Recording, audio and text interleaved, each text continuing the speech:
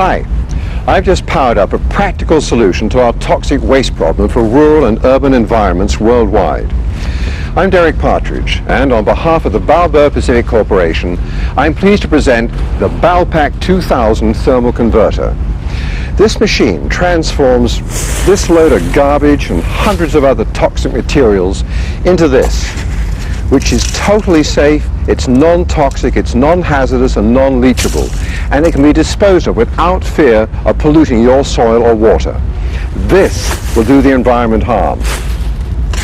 This will not. We're talking about transforming the most commonly encountered industrial toxic wastes from polluted ground soil to plastics to clean, sometimes even reusable materials, using a polluting-free process that even generates steam or electricity. That's what the Balpac 2000 does. And now, let's take a look at how simply it does it. Solid toxic materials such as municipal waste, contaminated soils, rubber, old tires, and all sorts of other rubbish is collected in this hopper and blended into a homogeneous feedstock, which is fed by these augers into the converter chamber. Now, it is possible to process the liquid and the solid feed system simultaneously if a higher BTU gas product is required. Now, when it comes to liquid toxic materials like this absolutely revolting sludge, they're collected in this hopper and then pumped by this progressive cavity pump into the converter chamber. Now, the hopper you see here is a very small one used for demonstration purposes only. Normally we'd use a hopper exactly the same size as that used for the solid waste materials. The toxic materials are moved through the converter by a rotating auger which runs the entire length of the converter chamber. Furthermore, the rotation speed of the auger can be adjusted depending on the decomposition rate of the materials that are being decomposed. For example, it takes a lot less time to decompose municipal waste than tires or sludge which contains steel. Once in the converter, Balpac 2000 employs a proprietary decomposition process which uses indirect heat without oxygen. It's this intense heat that literally gasifies all organic waste. Now, these gases contain the decomposed hazardous compounds and all the BTUs or fuel values which will be combusted and converted to steam or electrical energy. This combustion process completes the destruction of any hazardous or toxic compounds, and this is the heart of the system.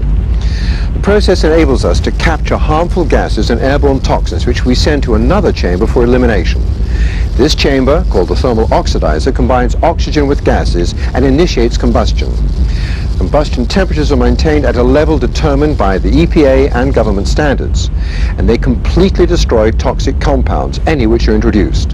The composition of these compounds varies with the feed material. Temperatures will vary from 1,350 Fahrenheit for mildly hazardous materials to 2,450 Fahrenheit for more difficult compositions. And now the heat energy from the thermal oxidizer is drawn through the boiler. This generates steam which can run a steam turbine generator to create electricity or for normal industrial usage. The exhaust gases are drawn off by an induction fan outside the thermal converter and discharged into the atmosphere, or in extreme cases into a scrubber system. The exhaust gases will be continuously monitored to ensure that they remain below government emission thresholds. So what we're doing is taking waste products and creating steam or electricity, while at the same time maintaining a clean environment. And that is the decomposition process in a nutshell. What kinds of waste can be processed by this system? Well, for example, ferrous and heavy metals, oil, sludge, tires, plastics, municipal waste, and many, many others. Now remember, what this system is actually doing is taking toxic materials and recycling them into materials that can be used again. Here's an example. This is carbon black. Other examples would be sand or ash. The Balpac 2000 can process up to 2 tons of waste product per hour. Other Balpac systems can process an even larger tonnage. Now obviously this is an extremely simple system to operate. One person can handle 1 to 3 machines, but because of safety reasons, 2 persons are recommended. That's 1 for loading and 1 to monitor. Safety and override systems are built in. The training of operators requires 2 weeks, and Balpac will provide technical support whenever you need it. However, this is a low-profile machine. It operates slowly. This means it doesn't wear out. It does require grease occasionally and a retort change after 2 or 3 years, but the electrical and mechanical systems are designed for a long, trouble-free life. And finally, this is a very simple and user-friendly system because once you've set your temperature set points, it's fully automatic and will run by itself. And that is the Balpac 2000 thermal converter.